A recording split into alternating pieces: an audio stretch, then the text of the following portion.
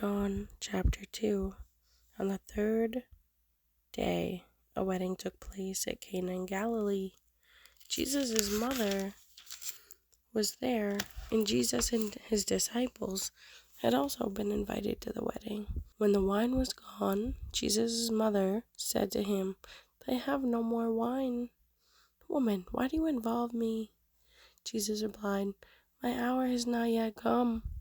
His mother said to the servants, "Do whatever he tells you." Nearby stood 6 stone water jars, the kind used by the Jews for ceremonial washing, each holding from 20 to 30 gallons. Jesus said to the servants, "Fill the jars with water." So they filled them to the brim. Then he told them, "Now draw some out and take it to the master of the banquet."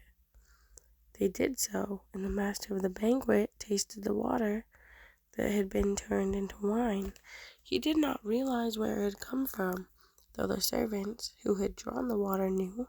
Then he called the bridegroom aside and said, "Everyone brings out the choice wine first, and then the cheaper wine, after the guests have had too much to drink.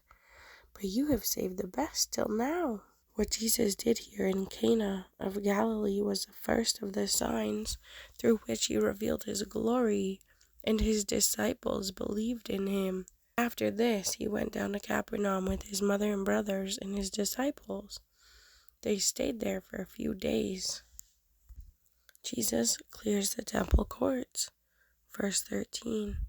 When it was almost time for the Jewish Passover, Jesus went up to Jerusalem. In the temple courts he found people selling cattle, sheep, and doves, and others sitting at the tables exchanging money. So he made a whip out of cords and drove all of them from the temple courts, both sheep and cattle. He scattered the coins of the money changers and overturned their tables. To those who sold doves he said, "Get these out of here. Stop turning my Father's house into a market." His disciples remembered that it is written, "Zeal for your house will consume me."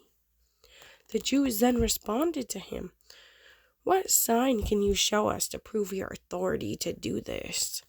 Jesus answered them, "Destroy this temple, and I will raise it again in 3 days."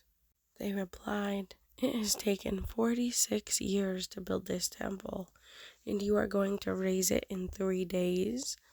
But the temple he had spoken of was his body. After he was raised from the dead, his disciples recalled what he had said. Then they believed the scripture and the words that Jesus had spoken. Now, while he was in Jerusalem at the Passover festival, many people saw the signs he was performing and believed in his name.